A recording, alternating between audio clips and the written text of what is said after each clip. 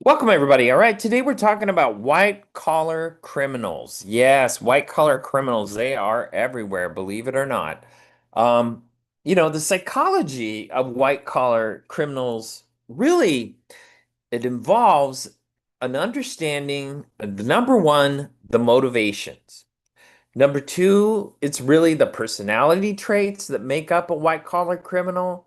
And then the decision-making process of people who commit these offenses.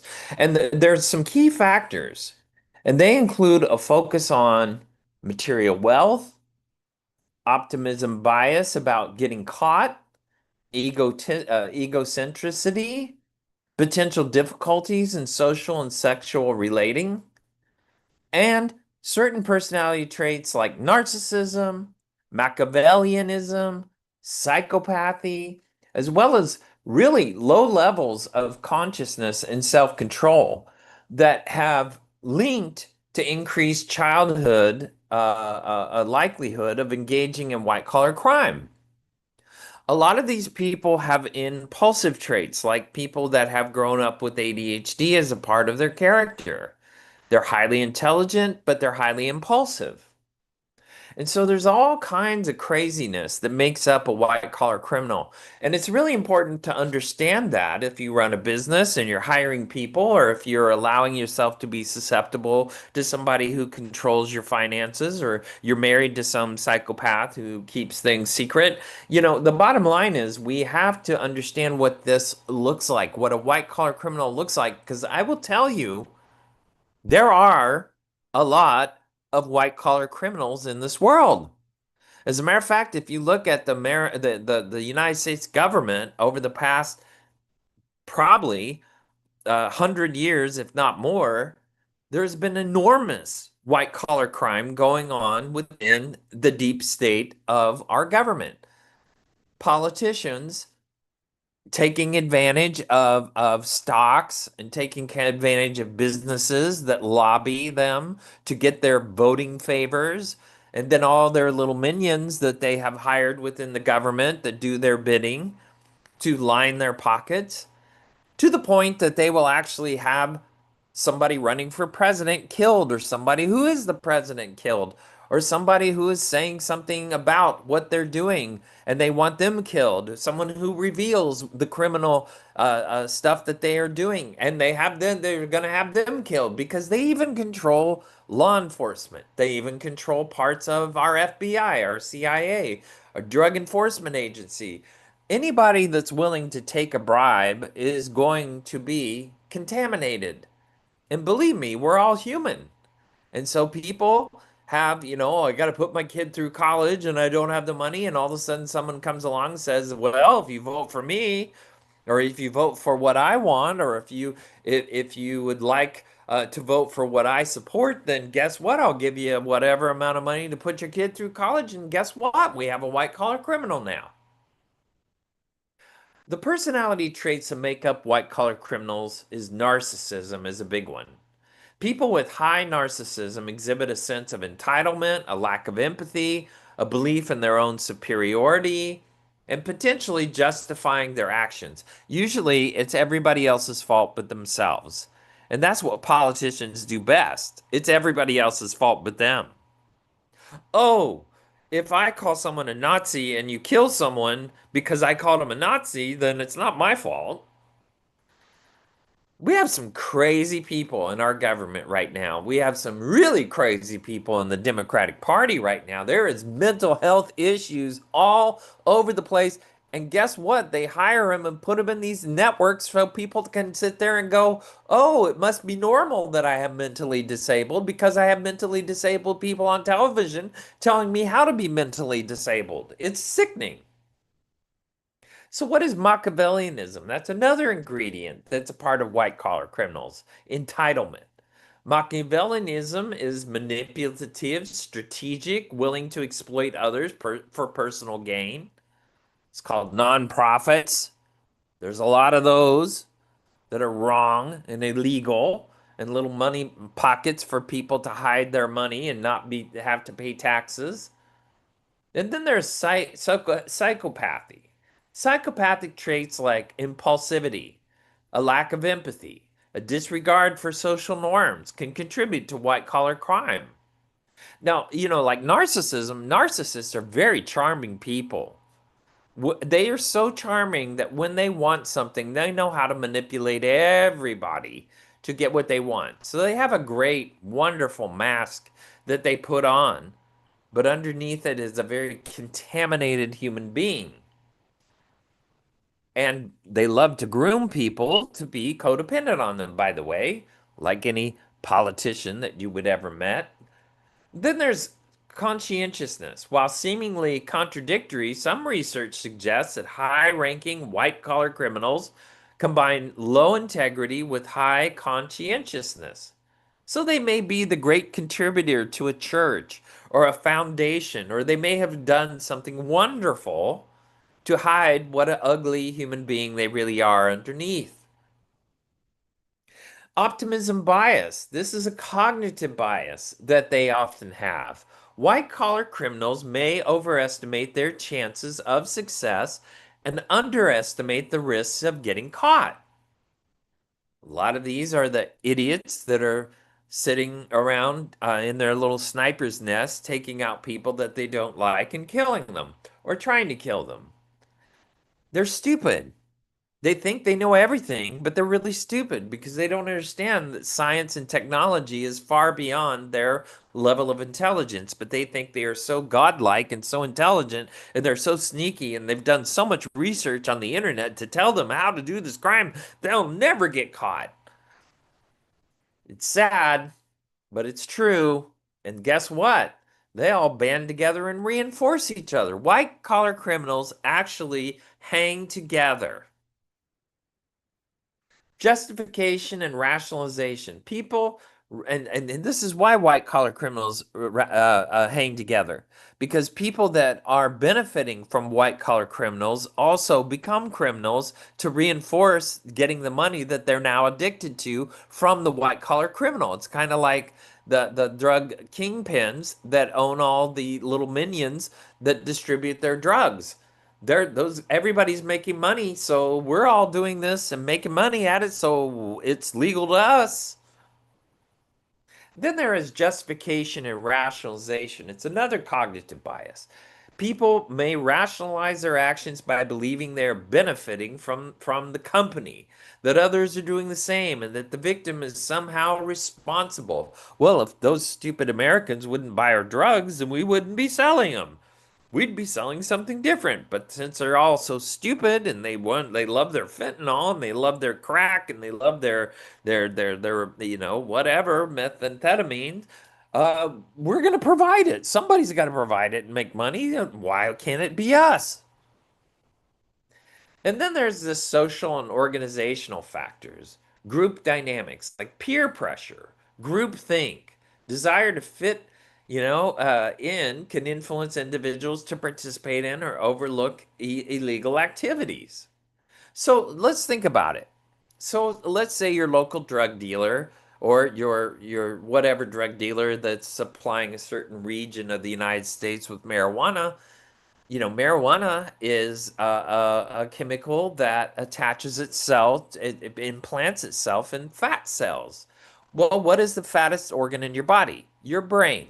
So, if marijuana installs itself in fat cells and it takes at least 30 days to metabolize out of the brain, then why not add a few more substances to the marijuana that people smoke so that when they ever get exposed to those things, they'll already be addicted? And that's called a gateway drug. So, what a drug dealer will do is they'll get all these high school students and throw all kinds of crazy parties out at the football field, out at the park, out at the, midnight and, out on a busy road or off a busy road or out in the middle of the field. We'll throw a big old party. And guess what? We're going to all smoke pot or take edibles and all that kind of stuff because they will lace it with other drugs so that the idiots will take it, it will get into their brain, it will metabolize in their body, and whatever their body craves, whether it's fentanyl or crack or whatever the drug is, Their body's already predispositioned to metabolize that drug. It likes that drug. It's like eating a Lay's potato chip. It wants more and more and more. And when it gets exposed to it again, it will addict itself to that substance. So the marijuana introduces the substance to the human being.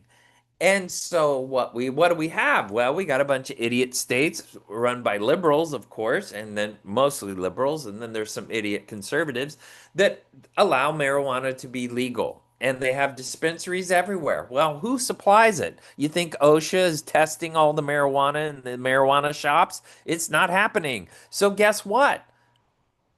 The drug dealers are supplying it to them. And guess what? A lot of it is laced with other crap so that you will get addicted to the better drugs that they make even more money on. But who will stop them? No one, because now they have a huge lobby, a bunch of lobbyists that pay off state governments and local people, and they've got their network doing that. So, people are just stupid. So, what is white collar crime? That's how white collar crime operates. It creates it builds a market for itself. Then there's organizational culture. There's cultures in companies, especially local companies, companies that are not audited very well, that prioritizes profits over ethics. There's also corporations that just do that in general. As a matter of fact, most corporations don't want to have people more than 5 years unless they continue to keep up with technology and continue to offer something to the business from their skill set. The bottom line is they're always trying to get rid of people and add people now that are more up to date on the technology that they're utilizing now. So they're trying to push themselves forward. And the ethics is you use people and you run them into the ground until they finally burn out, and then you hire a new one and let that person go. They have strong internal controls that can create an environment conducive to white collar crime also. How can we suck as much out of the consumer as possible? And how can we create ways in which people can make a lot of money off of what we're doing? And so white collar crime also involves adding people to your payroll that endorse your crime and adding customers that endorse your crime. I've known people like even people that ran the budget for Girl Scout cookies, where they basically embezzled hundreds of thousands of dollars out of Girl Scout cookie sales. Come on. These people are creepy. When people think I have no other way to make money, I'm going to make money here. Look, oh, this is my moment where I can make all this money and pay for this beautiful house. This is what the Black Lives Matter people did. These people went crazy. They went crazy. They probably also took the Carnival cruises and started all the riots on those ships. But the bottom line is these people went crazy. They bought houses everywhere. They put their money in all kinds of places. There is so much involved in of fraud involved in Black Lives Matter. It's disgusting. And all these corporations were dumb enough to dump their money into it. Then there's financial incentives, the promise of wealth and status. Bernie Madoff did that very well. He established fake stocks, fake way to show that you're making tons and tons and tons and tons of money. And he made it out in a fraudulent way to the point that you thought, I I've got to keep my investments in Bernie Madoff because Bernie's making all these profits. If I pull the money out, I'm going to lose another $3 million tomorrow. So they wouldn't pull their money out because he made it look so good. And then he embezzled every dime from every individual that ever put money in. It's called a Ponzi scheme, another white collar crime. There's a lack of supervision. Whenever there's a lack of supervision or monitoring around people that are counting money, you got some problems.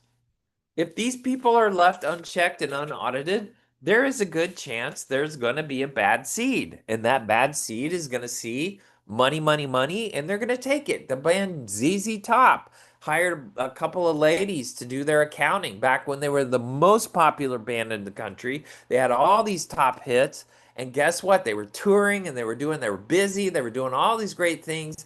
And then all of a sudden, then they discovered that millions of dollars were taken by these two individuals that were counting their money. And they had lost enormous amounts of money that they earned from these people who were exposed to the money they were making and were fraudulently tucking it away into their own little pockets.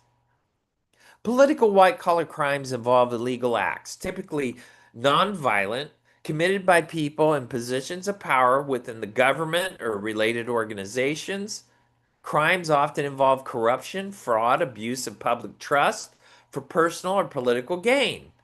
Well, yeah, we're going to build President Obama's library in Chicago, and we're going to give it only to the minority people to build this. And guess what the minority people did? They took all the money because it was a diversity project, and they took all the money, and guess what we have? No Obama library. Big problem here. When you set people up to just give them money, they're going to take it. They'll take it in the name of diversity. You see, people are at least in America, you're supposed to earn what you make. You're supposed to be a rugged individual. You're supposed to earn what you make. You're supposed to be hired for what you bring to the table, not hired for what culture you come from. That's retarded. Why would people do that? But they did it. They did it and we bought it. Lock, stock, and barrel because we're nice people. We put up with their stupid behavior. We put up with the stupid government. We allowed them to change us into he, she, it, they, whatever pronoun that they sold all this crap to us and we all bought it. That's white collar crime right there. COVID, white collar crime. Our government was white collar crime. It's all been built on white collar crime. And now that we're exposing it, then they've had so much money, they have a lot of money to fight it and a lot of attorneys to fight it, the exposure. So now you've got a government that's in place that's trying to expose it, but there are all these legal hurdles to expose it because they have the resources and the money to pay for it. And we're watching it. And guess what? They even bought out the new the 20 the news the channels and all of the anchor channels that we've all watched our whole lives. They bought them all off to cover their white collar crime. And the dummies that are on television are too stupid to even call that out because they don't know where their checks are coming from. The key aspects of political white collar crime is nature. The crimes are usually nonviolent, financial, involve deception and abuse of power. Who are the actors? They're committed by people in positions of authority within the government, political parties, related entities. We are stupid because what we do is we will keep voting for the same senator from the same place over and over. Oh, that's that person. Oh, yeah, we got to vote for them. Well, guess what? Those people get old and stupid, and they're not as driven to be what they were doing when they originally went into office, is not what they're doing now. And so we're assuming they're the same person. They're not the same person. They're not the same person. They've been sitting in their seat for 30 years because they're criminals, because they've changed. They've been bought out. Then we have motives, often driven by personal enrichment, political advantage, maintaining power. Joe Biden, one of the poorest senators originally in the Senate, is now one of the richest people in the United States. He's now a multi-millionaire, probably got multi-billionaire because he's probably been bought off by China because that's what he gave everything to while he was away, while he was the president. This dude is a total criminal. And his kid was blatantly a criminal. And guess what? They're all sitting all nice and safe and happy in their homes, living the good old life. And we allow it. We've made this a part of our own culture. All right, we're going to take a quick break and we're going to come right back.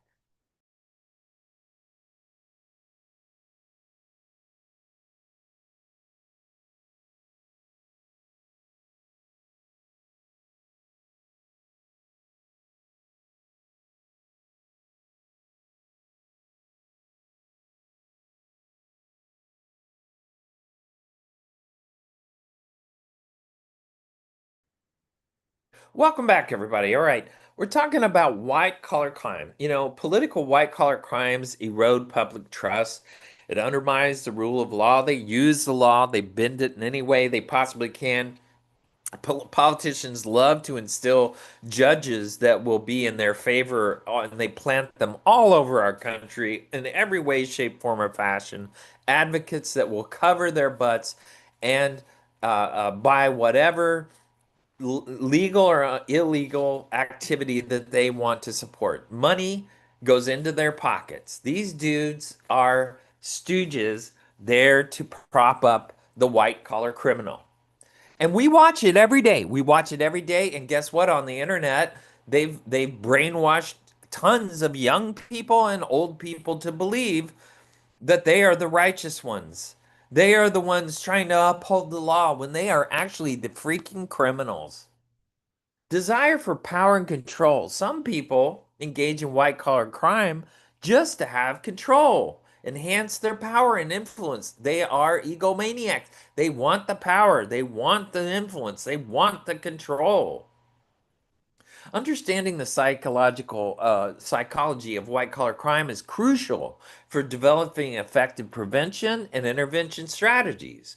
By understanding the psychological factors that contribute to the crimes, we can design more effective training programs, improve organizational insight, implement stronger ethical guidelines, hire better people, have better monitoring. That is what I hope our government will reinvent itself here in the 250th year of our country. We actually, hopefully, will have a government that will reinvent itself, clean up the crime, clean up all these criminals, get these creeps out of office, get these deep state seeds that are planted in our government, get them out. And it's going to be impossible because there's some of them they're so embedded and so quiet right now, just waiting for the next administration to take hold, waiting for the next Democratic Party stealing of elections by mail-in ballots, which they love to have to steal elections. They want mail-in ballots everywhere they can possibly get it because that will assure that they will get into office.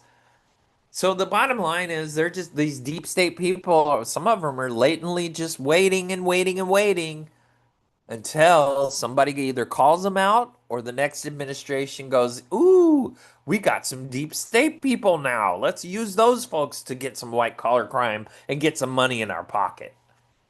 Also, improving risk assessment and management, identifying people with a higher propensity for white collar crime can help people take proactive steps to mitigate the risk. You want to know what a person's character is. There's a thing called the MMPI 2. That is the Minnesota Mental Inventory personality, and it basically will assess the quality of character of a human being. A lot of police and fire have to take this test. But what it does is it also tells what that person's moral compass is like. Is it always accurate? No, but it is a real good filter to decipher what a person's character really might be.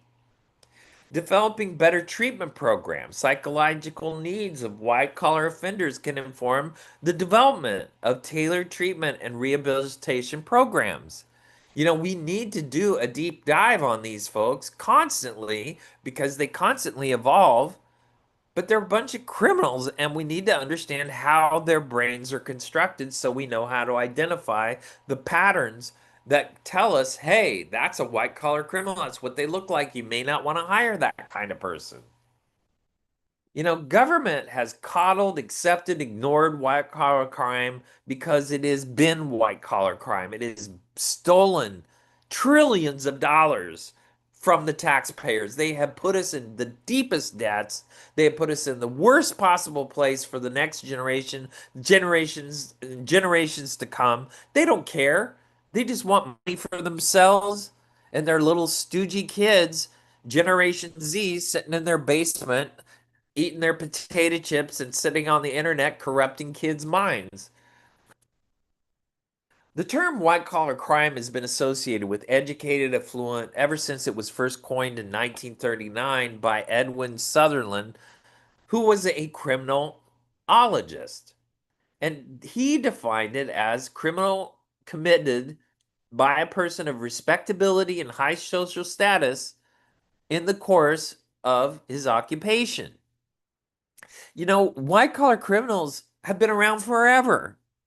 I remember growing up, a friend of mine, his father embezzled a ton of money from a book publisher that he worked for. He was a VP, and he, as a book publisher, a religious book publisher, embezzled hundreds of thousands of dollars. And suddenly his house had white carpeting and all these wonderful things. And it was like, where did all this come from? You just living in an average middle class neighborhood. How did this happen? Well, he was embezzling lots of money. And guess what? He got caught. I don't know how that happened, but he did. To all appearances, they have no reason to commit a crime, but they still do because they can. They think it's a sign of their ultimate intelligence. They think it's going to solve all their problems. If I could just steal this $100,000, I could pay off all my debt and start all over again. And this will be the new beginning of my new life where I'll be highly moral and be able to do wonderful things. Well, there are people that do that. They steal, they get away from it, get away with it, and they do it. And guess what? We're staring at a lot of them sitting in office as politicians representing our vote, bunch of freaking criminals, a bunch of advocates for certain things like having people come into our country without even vetting them. They love that because they can get their vote. And they will count on the next census. They will make the last census we had took this is white collar crime, took into account people that are criminal aliens coming from other countries, unvetted, and took them into account as citizens of the United States so that the Democratic Congress could get more people into Congress because they would have more voters in their district. And since they have more voters in their district, they could add more politicians. Why did these respectable people do these awful things? What drives them to do that? Did the environment in which they operate make them do it? Or were they bad apples from the start? Here's the funny thing. Now we're in this day and age, now that Charlie Kirk's been assassinated, where people actually, and Trump idiots tried to kill him, the internet weirdos tried to kill him again. The bottom line is that these people have no moral compass anymore because faith is gone. It's gone. The moral fabric of our country has been ripped to shreds. People are burning flags on every corner in this country. It's crazy. It's crazy. There is no moral compass. These people have no moral compass and they sit in office without a moral compass, without any ability to be accountable and make decisions for the American people. It is the saddest thing. And this is happening all over the world, by the way. And they want to make so many decisions that we have no rights anymore. They want to tell us what is normal and what is not normal. That's called communism. Now we're trying to vote this idiot in New York City as the mayor, Mandami. Probably will be because they're dumb enough to do it in New York City. Why do these people do awful things? It's because they have lost their moral compass and they can.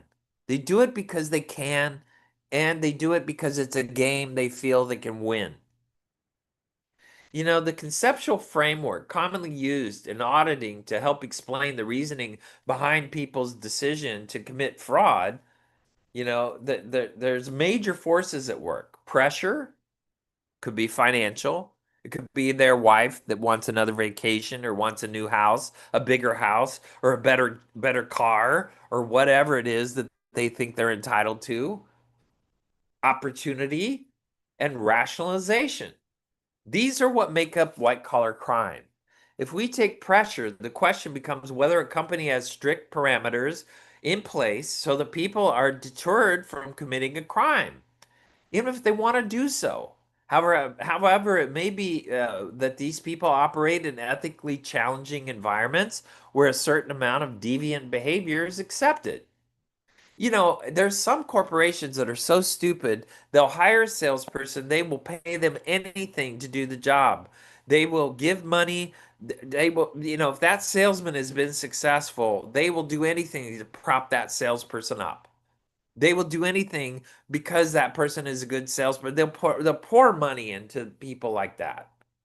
It's sickening. It's sickening because a salesperson is a person that can convince you that whatever they are selling, they know the value better than you do of what it will give you. It's sick. There's another white collar crime that's going on right now. It's called open AI. Open AI means that they're selling the ability to have sniffers that know when a cryptocurrency is going to take off. And since they have that tool, if you give us $100,000, we'll give you back $400,000 in a month or two. And that's because crypto people just don't know about. And guess what? It's not regulated very well. And guess what? Old people are dumping their money into it, or people that want to retire at a young age are dumping their money into it, thinking they're going to get all this money back. And then they find they've been giving it to somebody who's just tucked that money away and it's gone. And then they shut the door and you've lost your 100,000.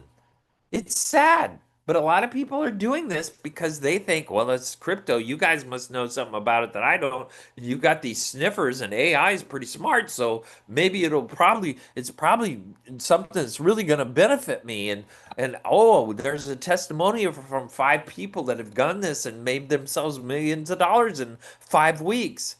Anything that's going to make you that kind of money that quickly, I'm sorry, guys. It's a fraud. You guys got to think about what you're doing and what you're putting your family into for fast cash and quick money. Integrity. Integrity is what you will be looked at when you are older.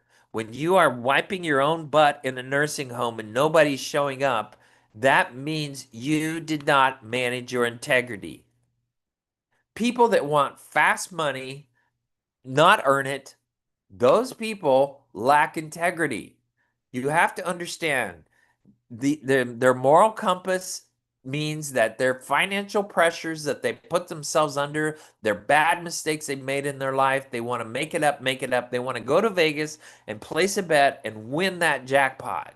Well, not everybody wins the jackpot. If you've ever driven away from Vegas, and know what it's like to drive away after you've lost money, it's a pretty crappy feeling. Yet a lot of people do it because they're dumb enough to make the bet. And that's what white collar criminals love is people willing to make the bet to buy the idea that they are selling. The other thing of the Freudian triangle, or it's also called the Freudian diamond. It's adding the capability. Sorry, not Freud, but fraud. Freudian triangle or the fraud diamond. They basically. I'm thinking in terms from a psychological perspective. So they recognize a combination of personality and circumstance, and that's because I was reading off this notes I took and I saw fraud and I went Freud. So sorry.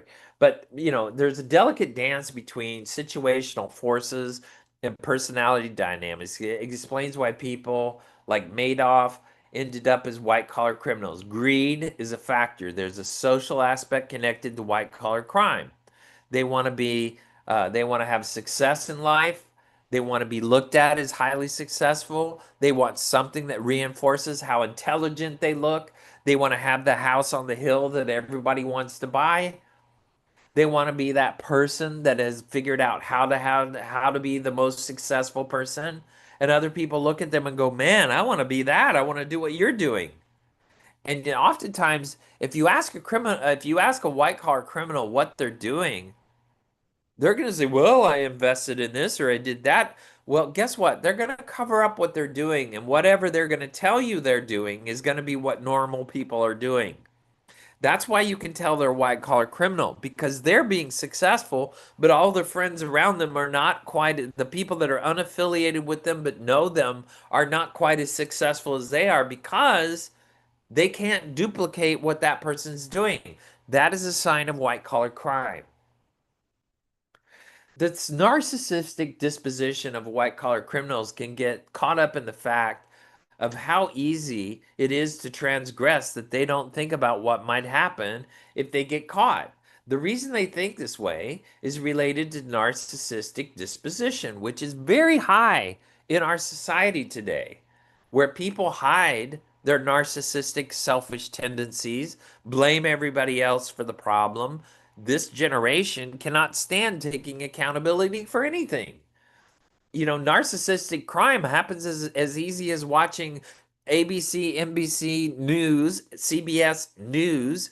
It's why you're watching narcissistic disposition right there. They're telling you how they know the news, but you don't. They know what's going on in the world, but you don't. We are the experts on how to interpret all this for you. That's narcissists. They take no accountability for what they do. They find every way to excuse themselves. They're only good concerned with what's good for them, what will benefit them, what will enhance their position. True narcissists have illusions of grandeur and possibly exhibitionistic tendencies. That tells you there might be some white crime involved in this. Like true psychopaths, they're less likely to feel the same natural tendencies of guilt or remorse that accompanies people's wrongdoings. This is a feature that we have to understand is a part of a white collar criminal. All right, we're going to take a break and we're going to come right back and talk more about white collar crime. So come back.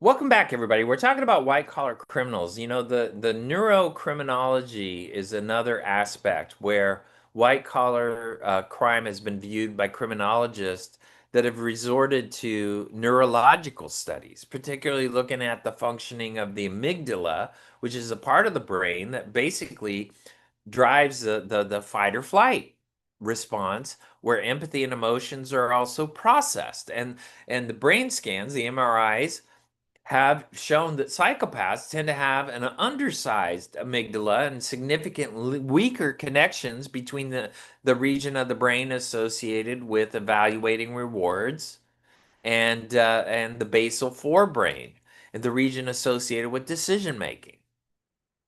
Also, they appear to have reduced gray matter in the regions of the brain associated with understanding other people's emotions. So they have decreased emotional connectedness. They have a decrease in the ability to process what other people are feeling, which means they don't read the room very well. They read the room for what they want to get. So the job is to understand the makeup of white collar criminals if you want to be able to identify what they are. Once again, white collar criminals often succeed where others don't succeed. White collar criminals like to exhibit themselves as flaunting their money, flaunting their success. They do that by funding politicians, funding anybody that's going to be a block between the law and themselves. White collar criminals love to show off what they have done by their lifestyle. They won't show you all the money they've stolen, but what they want to do is have a lifestyle that exhibits how successful they are. The problem is they attract people that want to be a part of that. And when they become a part of that, they have to keep the dirty secret, or they will try to mimic what they do and end up not being as successful as a white collar criminal. The idea is that leadership development needs to take place in a way that integrity is a aspect of leadership, where you have an open book, where you have an open system, where people are able to view what you are spending money on, what you are doing, how you are making decisions. The more that we open up ourselves and reveal the processes around making decisions and doing things is going to help us clear the way to have a much better integrity involved in our lives.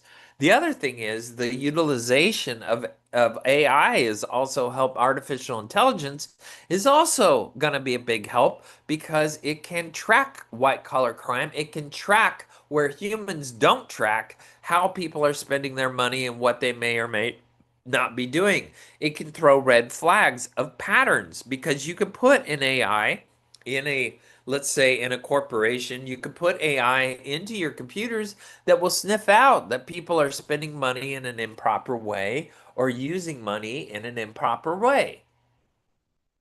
There was a thing called the Enron scandal. Now, that's an oil corporation in Houston, and it involved widespread accounting fraud and corporate corruption that led to the collapse of the Enron Corporation and huge losses for investors and losses of employees' jobs, their livelihoods, their homes, their families. People suffered enormously from the scam that was created by the Enron executives. It involved illegal activities by members of the, Watergate was also another scandal where it involved legal activities by Nixon administration, including burglary, wiretapping, obstruction of justice. But even the Nixon White House scandal, Watergate scandal, has doesn't hold a candle to what Biden did and his scummy administration and all the people in the Obama administration, what they set up and how they influenced the Biden administration to do what they did. We sat and watched white collar crime for 4 years with the Biden administration and get covered up by the media. We watched it. We sat and watched it. It's sickening. And we put up with it. We allowed it. We deluded ourselves to think, okay, I just have to hope these people are spending money in the right way. Man, it's sickening. We have got to be more accountable as a society because white collar crime is stealing our kids' future. There's also needs to, we have to have stronger laws and regulations. We have to have stricter laws and regulations, which the politicians will never do because they're the white collar criminals. They're not going to set the mechanisms in place to regulate themselves. Why would they do that? Especially Democrats. They've been making so much money on them on their votes. Why in the world would they do that? They're not going to regulate themselves. We, as a population of people, are going to have to put people in office to actually do what we need them to do and hold them accountable. But we, as people, have to understand that we don't live in the prairie anymore where we have to send a politician to Washington to vote for us. We need to invent on the internet a secure way for all of us to vote and go by a popular vote rather than this electoral crap, because the electoral crap is going to get us in some big trouble. We need to have a vote that counts. I live in the state of Washington. This whole state is a boatload of criminals by only mail-in ballots. California is a boatload of criminals, mail-in ballots. Oregon, a boatload of criminals, mail-in ballots. That's all they do. Mail-in ballots means you mail it in and somebody filters whether or not your vote counts or not. That's what happens. They steal your freaking vote because they will only allow Democrats to make it into office. I call them kleptocrats. But you see, the bottom line is that these kind of states that do only mail-in ballots are fraudulent. Your vote doesn't count. It never will count. They always will put in office who they want to put in office because they're white collar criminals. The whole democratic mechanism is white collar criminals. Increased oversight and accountability, independent oversight bodies holding people accountable for their actions. Wouldn't it be nice if we created a government that did that, promoting transparency, ethical behavior independent investigations and prosecutions of these criminals. We need to go after them and go after them in a very hard and fast way and set examples and then put them in prison and make them pay for their crimes. Raising public awareness and education. We're all looked at as a bunch of dumb people, hillbillies living in the country with a lack of education. Well, we're smarter than that, and we got to be smarter than that. I don't care if you live in the backfields of Indiana, like where I grew up. You're going to have to get your brain on straight and understand that you can't just sit back in the field and watch the criminals steal. You need to step into this. We got to step in and take our country back. This is crazy. White collar crime is primarily driven by the pursuit of personal and organizational financial gain involving deception and abuse of trust. There's a whole bunch of factors with this type of crime, including perceived opportunity, pressure to achieve financial goals, lack of financial. Look at this Omar person in Minnesota. How in the hell did she make $32 million last year? As a politician? How did she do that? Well, guess what? She had information. And guess what? She took advantage of it. Is anybody ever going to do anything about it? No, because all these Minnesotans will stick their head in the ground and never think twice. That's why they got the dumbest governor on the planet. Position of trust is what white collar crimes are committed. They're individuals in positions of authority with access to assets, institutions, corporations, and government agencies. And they use their power to basically influence them to give them what they want. Complex financial systems. The complexity of financial markets and investment vehicles creates opportunity for fraud and deception. That's why the crypto stuff is a terrible place right now for people. Now, if you go to something like a Coinbase, that has a little bit of government regulation. But the bottom line is you're going to have to be really careful with crypto investments. Really careful. Because that stuff, man, you don't know who's taking your money. You may be talking to somebody on the phone like this OpenAI people. There's criminals are all over the place. They are convincing people to give them hundreds of thousands of dollars, and then guess what? It suddenly disappears because you pushed the wrong button or said the wrong. And these people are they're on the phone that you think are reputable. You don't know those people. You don't know where they're at. Technology advancements. It's easier for financial crimes, cybercrime, data breaches becoming more and more prevalent. Because guess what? We're now getting into the day and age where our computers are far more advanced than even 5 years ago. It's called quantum. The quantum dynamic and physics involved in computer operations is taking the breaking of passwords to a whole new level. So the quantum idea means that they can bypass the quantum computing is allowing them to understand how to bypass the more primitive skill sets of regular computers. And they're out there now and they're operating. There's also the pressure to succeed. That's what white collar crime loves. Financial targets maintain a lifestyle, and then they build up their lifestyle, and it leads them to engage in illegal activities because they got to maintain the lifestyle. It's like these Hollywood people, they get a hit movie and they're a star in a movie and they get a millions and millions of dollars and then they buy the $6 million house on the cliff in Malibu. And guess what? They can't afford it anymore because they can't sustain it because they didn't get the next movie deal. Now they're getting $100,000 to make a movie. They can't pay their mortgage and they lose the home because they overshot.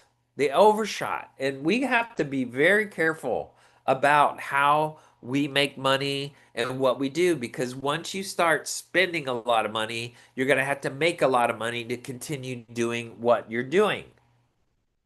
There's also a lack of ethical oversight. That's a huge ingredient in organizations. Weak corporate governance, inadequate internal controls, a lack of ethical leadership creates an environment where misconduct is more likely to occur. We see that in these umbrella nonprofit organizations that have very poor management. Well, we had to hire the poorest accountants because nobody would do it for 40,000 a year. But we found some people that would do this job for 40,000 a year, and guess what? They're the ones running our accounting, and we're a multi-million dollar nonprofit with a $40,000 a year accountant. Guess what that $40,000 a year accountant's going to do? Figure out how to make $100,000 a year, 200,000, maybe 500, whatever they can get away with under the radar to put in their own pocket.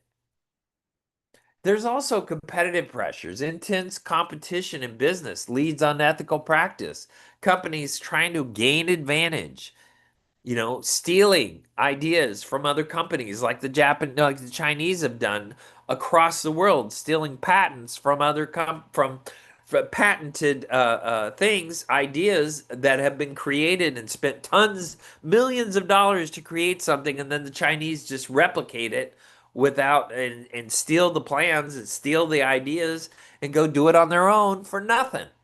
And then they make the money off the idea, and the person that originally invented it makes nothing. It's like the Cabbage Patch dolls. The lady that invented the Cabbage Patch dolls, she made these at a little, sold them basically in art festivals and things like that. And then some idiot guy comes along, figures out how to make them, gets close to that person, and that they teach them because they're a nice person how to do it. Then they go end up selling the Cabbage Patches, making Cabbage Patches, figuring out how to manufacture, creating a story behind it, figured out how to market it. And instead of giving the money to the lady that originally invented, they made all the money. Justification of actions. People rationalize their behavior by minimizing the harm they cause by believing they're entitled to ill-gotten gains. Entitlement.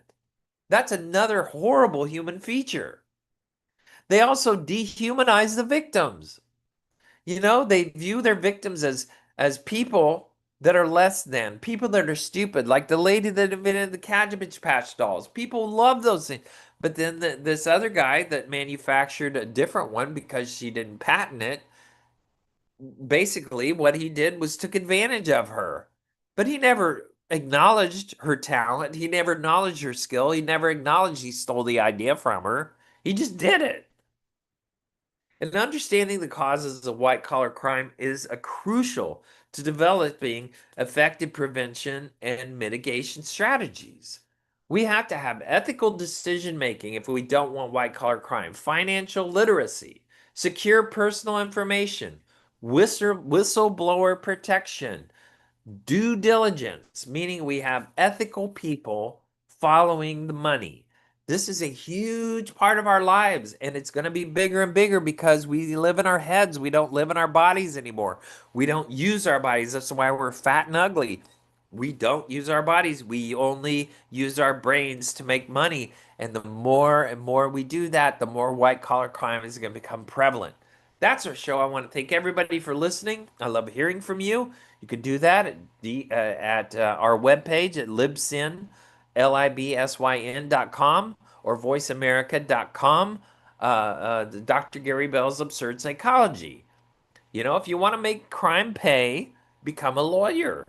Also, true criminals become deaf and don't speak English when they're caught, and one crime has to be covered by another. Also, Democratic politicians love to make laws to make crime easier and to turn all of us into survival people, people that have to survive because they don't care about us.